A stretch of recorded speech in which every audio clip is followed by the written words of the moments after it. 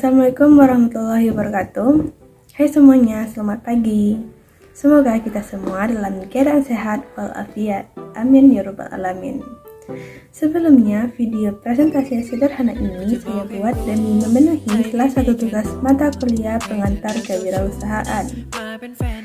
Baiklah, saya Wilda Sukma, NIM 2202088, Program Studi Pendidikan Seni Rupa. Nah, pada kesempatan ini, saya akan mempresentasikan sebuah analisis materi yang diberikan oleh dosen pengampu saya, Dr. Hanif Al-Qadri, SPD MPD, yaitu mengenai etika berbisnis dalam berwirausaha.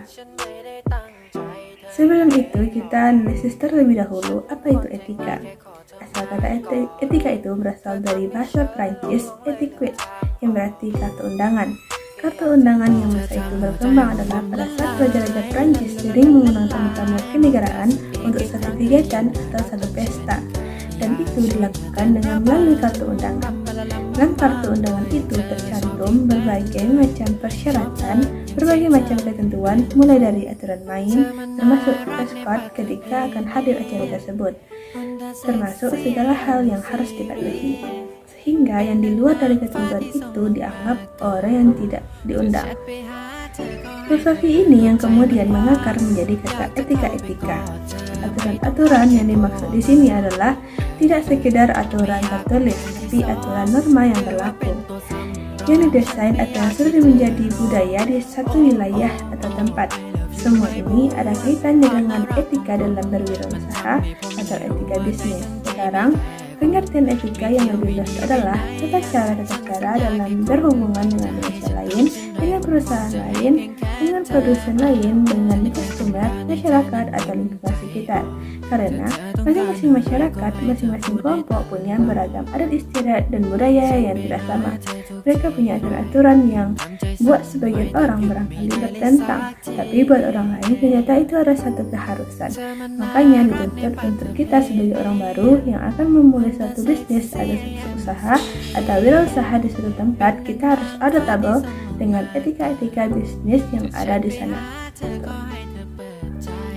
Nah, sekarang kita lihat bagaimana dengan etika dan norma setiap pengusaha dalam sebuah bisnis. 1. Dalam kode etik berbisnis dan wirausaha harus wajib jujur. Jujur dalam konteks segala hal. Jujurlah dalam semua komunikasi dan tindakan.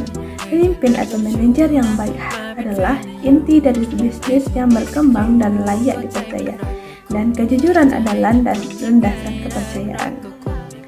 Para pemilik bisnis yang beretika tidak dengan sengaja menyesatkan atau menipu orang lain dengan representasi yang keliru, pernyataan yang berlebihan, kebenaran parsial, penghilangan selektif, atau cara tidak jujur apapun.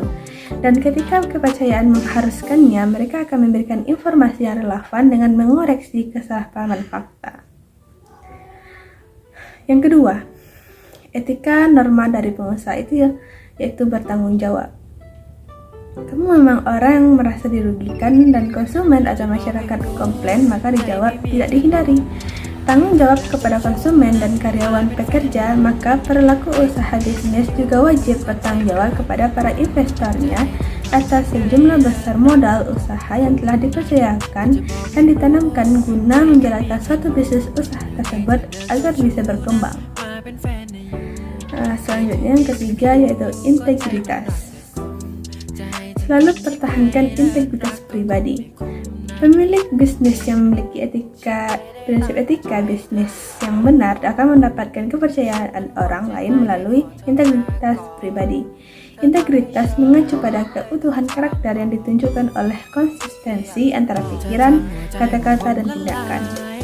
Mempertahankan integritas seringkali membutuhkan keberanian moral, kekuatan batin untuk melakukan hal yang benar bahkan ketika biayanya lebih mahal daripada yang ingin mereka bayarkan. Pemimpin yang beretika selalu berprinsip, terhormat, tegas, dan teliti. Mereka memperjuangkan keyakinan mereka dan tidak mengorbankan prinsip demi kemanfaatan semua. Selanjutnya, beberapa etika lainnya seperti tepati janji dan komitmen, kemudian loyalitas, bersikap adil, bijaksana, menghormati orang lain, mematuhi hukum, komitmen terhadap keunggulan, kepemimpinan, dan prestasi dan moral, dan akuntabilitas. Mereka ciri-ciri atau tanda-tanda wirausahawan yang berhasil. Yang pertama adalah seorang bisnismen atau wirausaha yang berhasil itu memiliki visi dan misi serta tujuan yang jelas dalam hidupnya. Jadi kalau orang yang hanya hidup seperti air mengalir, seperti itu jugalah nanti perjalanan dari karir bisnisnya. Apa yang terjadi nanti dilihat yang hadisnya begitu. Tapi bisnismen atau wirausaha adalah orang yang memang memiliki pandangan, punya cita-cita, punya visi dan misi, dan tujuan hidup yang jelas dan jangka pendek. Dan biasanya kalau mahasiswa berhasil adalah manusia-manusia atau mahasiswa-mahasiswi memiliki visi dan misi dan tujuan hidup yang jelas. Kemudian yang kedua, ciri wirausahawan yang berhasil itu adalah memiliki inisiatif, tidak diam, tidak menunggu. Kemauan seseorang wirausahawan bergerak secara aktif untuk mencari peluang dan memajukan usahanya serta mendahului para pesaingnya. Kuliah tidak hanya menunggu sesuai dengan tugas diberikan, kemudian kita lakukan, tapi harus punya inisiatif terhadap tugas tersebut yang mana harusnya sempurna apa yang bisa kita buat. Selanjutnya, yang ketiga, punya orientasi akan prestasi. Orientasi kewirausahaan yang semakin tinggi dapat meningkatkan kemampuan perusahaan dalam memasarkan produknya menuju kinerja usaha yang lebih baik, dan perusahaan yang semakin inovatif, proaktif, dan berani untuk mengambil risiko cenderung mampu untuk bekerja.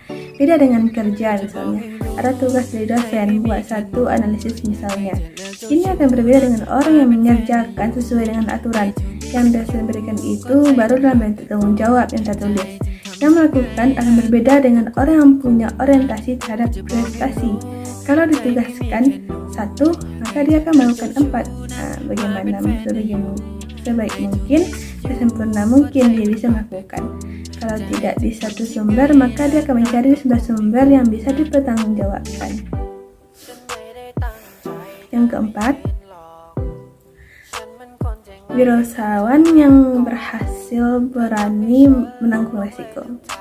Karena dari resiko itulah kadang-kadang kita tumbuh dan belajar menjadi lebih baik, lebih kuat. Melalui sakit kita bisa menghargai arti kesehatan. Jatuh membuat kita sakit pada sisi yang lain. Setelah itu kita tidak akan mau jatuh lagi, karena kita tahu sakitnya jatuh itu seperti apa. Maka kita akan jauh lebih berhati-hati. Jadi resiko itu tidak untuk dihindari, resiko untuk dihadapi, untuk memberikan kekuatan dan kematangan kita dalam berpikir, bertindak, berbuat, dan berperilaku.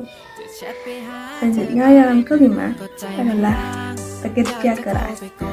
Jelas kalau untuk menjadi orang hebat dengan karir yang luar biasa, ketika ingin menjadi sesuatu, bersebuah mimpi menjadi orang kaya, banyak rezeki, tentu betul kerja keras. Hiduplah dengan kerja keras, karena tidak satupun di dunia ini yang akan kita dapatkan tanpa usaha dan kerja keras. Dan di agama kita pun, di agama manapun selalu diajarkan dua yang selalu menjadi potensi kewajiban kita. Bukan doa dan usaha, tapi dibalik usaha dan doa. Artinya kerja keras dulu, ikhtiar dulu, baru closing dengan doa. Karena mustahil mendapatkan sesuatu tanpa ada usaha.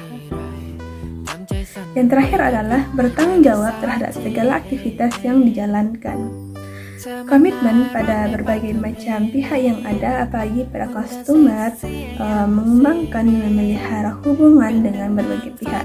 Artinya orang yang akan menjadi bisnismen handal, wirausahawan hebat yang karirnya menjadi sangat keren dan luar biasa adalah orang-orang yang memiliki relasi jejaring hubungan dengan banyak pihak. Yang tidak hanya sesama pengusaha, tidak hanya dengan customer, tidak hanya dengan masyarakat, dengan segala level, segala jenis, karena posisi dari satu titik dari mereka akan memberikan peluang terbaik untuk kita suatu saat kelak. Baiklah, mungkin itu saja. Itulah etika-etika berbisnis dalam kewirausahaan yang dapat saya rangkum dalam berbagai sumber, termasuk menganalisis kembali dari video Bapak dosen saya. Mohon maaf sebelumnya jika ada kata yang salah dan terdapat kekurangan-kekurangan dalam materi saya. Dan sekian dan terima kasih. Assalamualaikum warahmatullahi wabarakatuh.